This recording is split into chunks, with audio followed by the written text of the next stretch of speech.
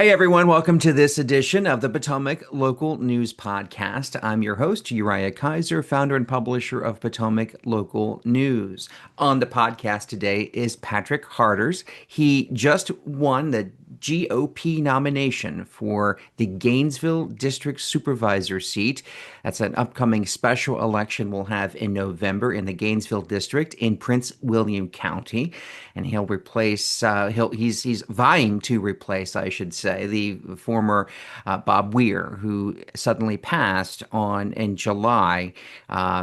And so we had a primary this past weekend on August 16th.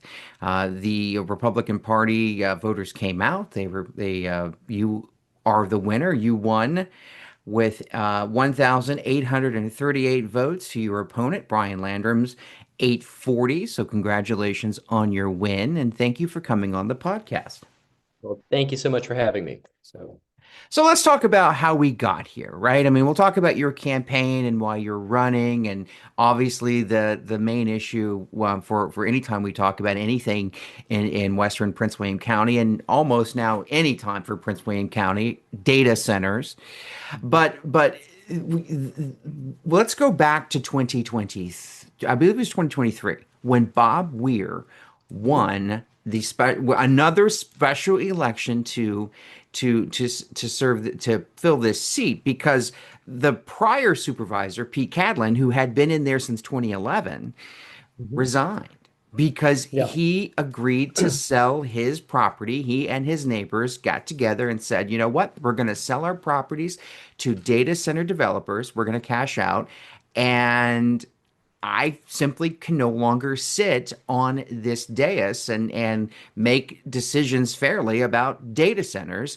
And I think there was another part of him that just didn't want to be up there anymore and take, the during the heated public comment time, because you remember we were going through the hearings for the Prince William Digital Gateway at Manassas Battlefield, and that's still ongoing, and we can touch on that. Mhm. So he resigned, and then we had a special election and Bob Weir won. He's a Republican, and that really was surprising if you look at the larger political scale in Prince William County and Northern Virginia overall, which since 2017 had gone for Democrats, and Bob Weir came and sort of bucked that trend, and so Bob served, and now unfortunately Bob passed in July. Mhm. So that's kind of when you got active, right? When we started Yeah, seeing I more. was active. I started working with Pete Canlin around 2018. I supported him, and I had a problem with a neighbor dumping millings into, the watershed, and it was a couple hundred truckloads, and so Pete Canlin was helping us out. And I think everything changed. It was May 21st, 2021. And it was Pete Canlin was actually the one that said, I think we're looking at two or three properties of expanding a study from the Gainesville crossing onto two or three properties. And he said, well, no one wants to live in a sea of data centers. So let's expand the study from two or three properties all the way to the Loudoun County line. And everybody freaked out and said, why would he expand this? And the story was is once it started to go through, I don't think anybody faulted Pete for, you know, being offered $6 million or $7 million, whatever it was, but the fact that he didn't resign in 2021, 22. So I was working a lot with Bob Weir and a lot of other people just saying, like, we have no representation. We couldn't have a vote. There's a criminal investigation that had begun on if there was, what's going on here, because he couldn't vote on anything data centers. And at the Mhm. beginning, he told he couldn't, there he could. And then at the end, finally, like 2 weeks before he resigned, he was told can't. And so when he finally resigned, Bob Weir actually called me up and he said, Patrick, are you running? Like 15 minutes after. And I said, no. I'm like, I hope to God, Bob, you're running. And he said, yeah, I'm going to throw my hat in. And so that's really, it was, there's a lot more in that 2021 period to 2023 before, and working hard, on recalls with Pete Canlin and Ann Wheeler. So, it was hard because it was, we had the Republican Party and the Democrat Party that, really had a stranglehold together on pro data centers. And we've seen that throughout this whole, even in my campaign, we saw Yeah. a Yeah. lot of Democrats turn out that were pro data center, that are landowners, and a lot of Democrats turned out for me that were against data centers and don't want them in their backyards. This whole issue has made for strange political bedfellows over the Yep. years, where you see the governor, Republican, who's pro data centers, and you have in Prince William County, you have Democrats Yep. who are pro data centers, and the Republicans traditionally, we're kind of seeing that change now, Yep. with some of the campaign donations coming in. But traditionally, especially in Gainesville in your district, Republicans have long been opposed to the data center expansion. And thank you for filling me back in on that sort of that 21 period, 2021, because that's right. He was not able to vote on those data centers. He recused himself, and so that's right. There was a lot of questions about whether or not Gainesville had representation, and it's fair to say right now that Gainesville does not have representation Yep. on the board because the special election is not until November. And that goes back to a law that Michelle McQuigg, who was on the Board of Supervisors at one point back in the 90s, who went on to serve in the General Assembly and then later as clerk of court, she passed a law that says Prince William County specifically Mhm. cannot hold the board cannot appoint someone for temporarily to fill the position. You have to hold a special election no matter what. And so other counties I've covered, we've had boards appoint somebody temporarily. In the city of Manassas, they do the same thing. But Mhm. Prince William can't do that. So Yep. here we are. Politics. Here we are. Yep. You have now you'll be facing George Stewart, who Mhm. is a Democrat in this Yep. race. We have invited him to come on and talk with us. We've not heard back from George Stewart yet. They held their primary a week prior to yours, so you were the 16th, and they were the weekend before that. And there's been some question about whether or not this whole primary thing was rushed. I mean, the election is still not until November. I mean, do you feel like we're sort of rushing the process on both sides by holding these I mean, it primaries here in August? it was rushed. I had a good friend that was going to run, and she called me up and just said like it's just not right in my time frame. So we had about 16 days to launch the campaign. So yeah, it was a tremendous amount of work to get done in 2 weeks, but I run a business, so it's just kind of used to sometimes you just have to get things done. Why do But I you think think it was rushed? I don't know. I think, part of it is they had to hit the deadlines. The filing date for an independent was August 15th, and the filing date for the Republicans and the Democrats was August 20th. So the Democrats decided to go before the 15th deadline. And I think there was some strategy on the Republicans is they didn't want, the losing party to go independent or anything like that. So we went after the 15th. But a point that you just touched upon that's fascinating about local politics, and I was shocked with is I'm a Republican and I was arguing with the Democrat Party locally about the environment and protecting the environment. And then we all got on buses, Bob Weir, John Stirrup, and then like a lot of Democrats with us as well. And we're going to the Republicans in the state legislature. And that fell on total deaf ears. So we really had no voice at all because the Republican Party wasn't supporting us. And I think there was a lot of headwinds I had going into this election because, the state Republican Party and the Republicans on the east side are really pushing data centers. So there's a lot going on that side. And, it's just an unusual time frame with how the politics are working out. And so it was very interesting how that happened. But as far as being rushed, I think it was a lot of work to try and get done early, but we have mail-in voting starts September 14th, I believe. So it comes up really quick. Yeah, yeah. Well, to your point about mail-in voting, I mean that may be the answer right there, because as you said, that's coming up pretty quickly as to why this was decided in August. So let's turn now to the digital gateway, because we had Prince William Times reported this week that the county wants the court to issue a stay in Mhm. that decision that was handed down. It was in late July, if I'm not mistaken, to find that the rezoning for the Prince William Digital Gateway, again, this 27 million square feet data center complex that could be built next to Manassas National Battlefield. They held a rezoning meeting in 2022 to amend to amend the comprehensive plan Mhm. to allow this to be built. And the court found that the county improperly advertised that meeting. They said they didn't give enough notice to residents to say, hey, we're going to make this major land use decision next to a pretty popular tourist attraction, but attracts people from all over the country.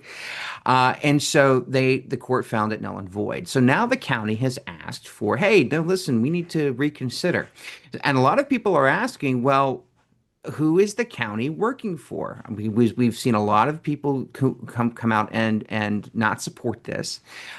The judge struck it down, and yet the county is saying, well, yeah, we need to keep this going. So what do you make of that?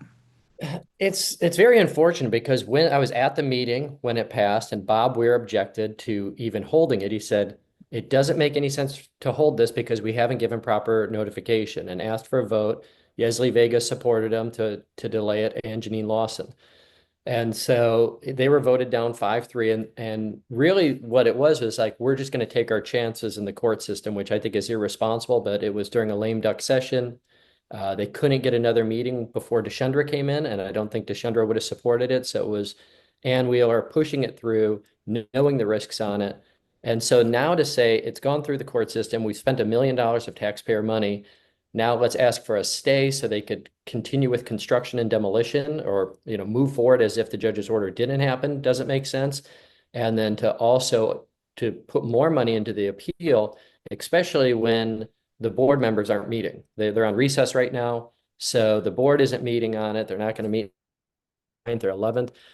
So, And that was my next question. So who's making these decisions and in front of the public? I mean, if they're not meeting, are these, I mean, clearly these decisions are being made behind closed doors. There was no vote taken to no vote and no, yeah, I haven't heard of any meetings at all by the elected politicians. So is it just our county attorneys giving the advice to continue on without consent of those who are the representatives? So I think it's a terrible precedent to spend more money to, you're chasing bad money. And we knew that it was a really solid case. Obviously, you can't do anything during the CPA because that's not binding. But once the rezoning went through and there wasn't proper notification, that was obvious. And the board knew there wasn't, but they decided to move forward. I don't understand why we would continue to chase it. And then once it's been struck down, I've read the opinion. It's a very solid opinion.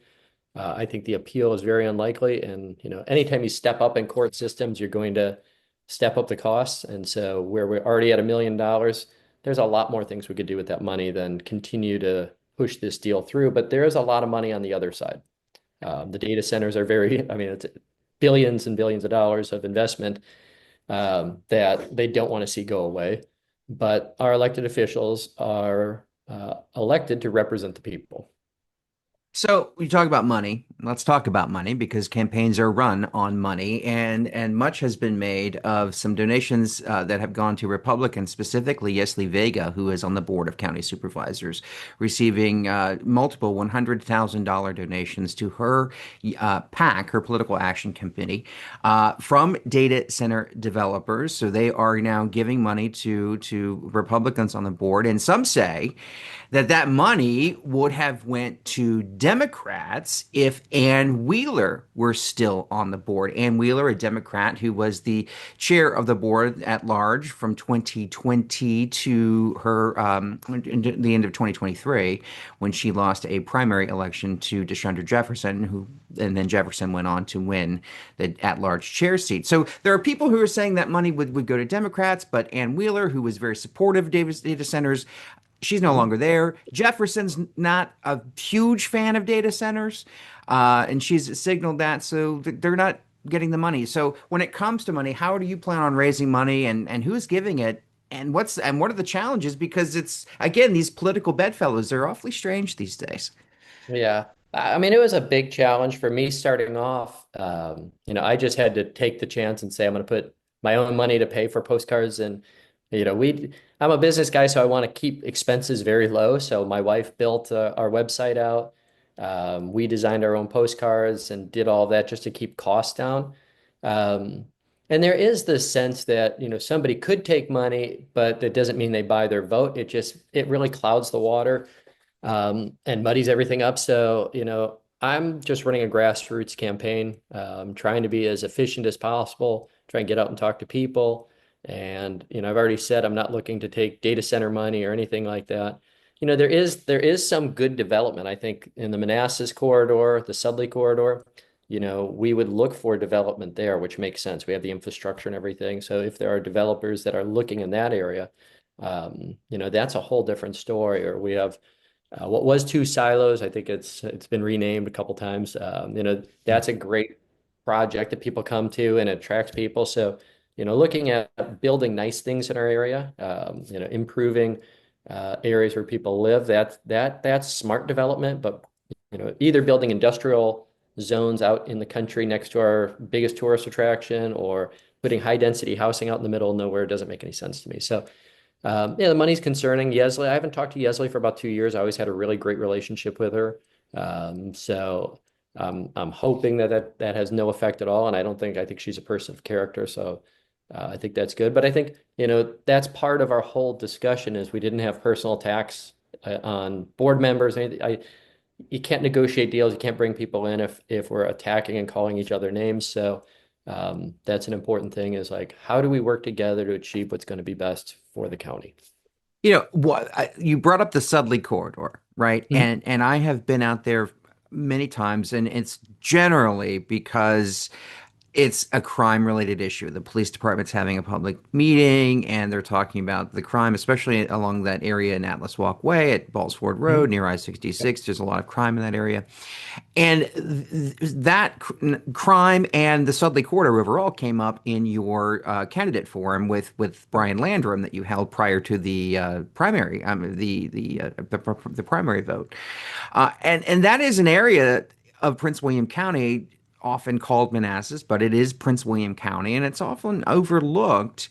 When you say development, and maybe we can get off data centers, or maybe we'll stay on it. I don't know. But what kind of development do you think should go into that area? Because it's clear, based on the people we've talked to and the reporting that we've done, that that area needs some attention. It does. I think Bob was the first one to really engage in that community. I lived there for 15 years. So I moved here in 2001. I got a studio apartment on Coverstone at the Amberton apartment complex. Lived there for about 3, 4 years. Met my wife. We bought a townhouse on Rebel Walk Drive, which is right next to Sudley Manor. So I know that area. We lived there 15 years. I had my truck broken in. It's a great area. It's actually great families, established families. Um, and, it is a great area. It has been, I think, let down and ignored. I was just at a restaurant, My Cravings, which I'm going back to meet with the owner. And beautiful little restaurant right next to the Chipotle on 234. And he's like, the problem is I have families come out on a Friday night, and then there's people pounding on their car windows as they're trying to come out asking for money. And Bob Mhm. was engaged in the panhandling problem, and I think there's a loitering issue. I've been actually speaking, with the police department and what we can do. And there's a retired police officer who's a representative, and we have a meeting this week to say, how can we help out? If you're a business owner and you're investing in the community, you should have a place that your customers aren't being harassed. Bob was working on, the panhandling issue because it's not just local people that are panhandling. They actually have a trafficking, where people are coming in from all over because it's right by 66. And so, coming up with organizations that could help out instead of giving money on the streets that just causes more problems. But I think there's investments. Obviously, we have Manassas Mall. They've got an investment going there. That was my next question, because you Yep. look at what's happening at Manassas Mall, where they are sort of taking a page out of Spotsylvania Town Center's book, and they're building apartments right where the old, next to the mall, or in Spotsylvania's case, they tore down the old Sears store and they built Yep. apartments, and that was Yep. and they filled up, right? And so we're seeing that type of redevelopment going on right there, which is not far from where we're talking about. It's Ballsford and Sudley. I mean, do you envision supporting more of that kind of development? Should there be interest from developers, or Yep. are we also Yep. looking at if it like? And we've seen data centers. Of course, you look at what happened at Jiffy Lube Live, where the data Yeah. center came in across the street and just paid an unfathomable amount of money for a piece of land. So they obviously have the money. If they wanted to do the same thing on the Sudley Corridor, is the Sudley Corridor right for that type of I think data it center makes sense. I development? mean, I was talking to a friend that was like, why can't we have nice things? You go to Mosaic out in Merrifield, and it's great. And, I have a lot of friends that live in this area that have kids that are now going off to college or finishing college. And I say, do you notice your kids aren't moving into Manassas? They're moving to Arlington, they're moving to around the Mosaic, they might go to Gainesville, a couple into Old Town Manassas, but they want to, young families, young professionals, they want to be in places that they could walk to restaurants, walk to different establishments, have mass transit available so they can get around. And we have the infrastructure there we have the sewer there, we have the water, so we're not spending to build out new infrastructure and building out a mosaic district in Cat Harpin makes no sense at all. Building out high density housing doesn't make sense when we have a place that needs, some care, needs some renovation, some bringing some ideas in. And I'd be very open to that. And that's where I think we should be investing, where we already have more of the infrastructure in place than building out the new infrastructure. If I lived there and I saw my county investing in, cat harpening and Haymarket to build out large development centers, then I would feel very ignored that they're not encouraging investment into the community that's been there for years and years and years. Well, there are so many more things that we can talk about, and I hope to have you back on to talk about them as the campaign progresses and so on. But in the meantime, I want you to tell everyone how they can learn more about you, how they might be able to get involved in your campaign should they choose to support you, and then kind of tell me what's next for you as we look toward November. Yep. So patrickforgainesville.com is our website. We're continuing to put out our opinions. We just had one that's coming out. Obviously, one about the election and the results and what we learned from it. Another one on the Occoquan watershed, which is Bull Run, Little Bull Run, Cat Harpin Run. That was designed to protect the Occoquan drinking source. So we can't put impervious surfaces down that the water just drains right into it, because then we'll have a lot more issues down the road, erosion and pollution going into it. But yeah, our message is really local politics, and what Bob did was special. He brought in Republicans, Democrats, and it really had to do with land use is really important. It affects us all, probably more than anything else. And I said, elections like this can have a greater impact on your life than the presidential election. And local politics matter. If they're building data centers and they're too loud, they're too noisy, they're too big, and they're too close, it's an incongruent land use to build data centers next to parks or next to residential housing, and especially with the size and scope that we're looking at, because when data centers started off in 2015, they were smaller. They weren't as loud. So Bob had a lot of initiatives he was working on. They're looking to pass the strongest noise ordinance in the country, which is very important, because if they kick on and you could hear the data centers in your home 24/7, it ruins your quality of life. So as the government, that's our job, is to protect for proper zoning. And I've gotten attacked saying, like, I don't believe in property rights. I fully believe in property rights, but your property rights end at your property line. And we have zoning laws for a reason. We wouldn't put a gun shop next to a junior high school. It's important that we have just smart use of land. So those are important issues that really you don't see the political divide of the hard R and hard D. And that's why we had a lot of Democrats vote for us. And I was attacked a little bit by my Republican Party. And I just said, well, Ronald Reagan and Donald Trump wouldn't have won their elections if they had not brought in a wider base and brought in blue collar workers. I think the same here. We have a large base. We got more votes than the Democrat primary and my opponent combined. So I think that had to do with people knew my record. They knew where I stood.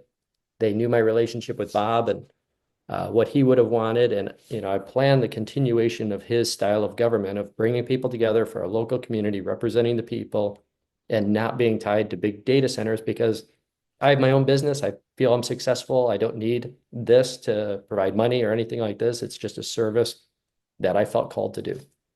And it's also fair to say that Bob Weir also had that crossover vote in 2023 for that special election when he won against his Democratic candidate who ran against him, Carenza Summers. I think he won You know, 6 7% of the vote, somewhere in yeah. there. Oh, I, We reported a 30-point difference, in that back then. So, but at any rate, it's fair to say that he had that, and then you had that as well. In terms of the your opponent, are we talking? Are we going to have any more forums, candidate debates? What's that looking like? Have we started that I haven't discussion heard yet? anything. Yeah, I haven't heard anything. He seems like a really nice person, and that's a good thing. So I haven't heard much. I know he lives in Dominion Valley, and I have a lot of friends there and served on the HOA there. So I don't know as much about him, but he seems like a really nice person. And the hope is, I want to stick to issues and not attacks and anything like that. I believe in running a positive campaign. I've just in my life, I don't have time to waste, telling why somebody else is bad. I'd rather just talk about why we're good, our vision, and if people support it, then, they vote for us. If not, then, then I did my best and we go on from there. Patrick Carters is the Republican nominee for the Gainesville District Supervisor seat. Patrick, thank you for coming on today on the Potomac Local News Podcast. Thank you so much for having me. And thank you for watching. And for all news about Prince William County, this election, and the rest of the region, go to our website, potomac.localnews.com, and sign up for our free daily email newsletter where we'll keep the headlines coming so you'll always stay ahead of local news. Thanks for watching, and we'll see you next time.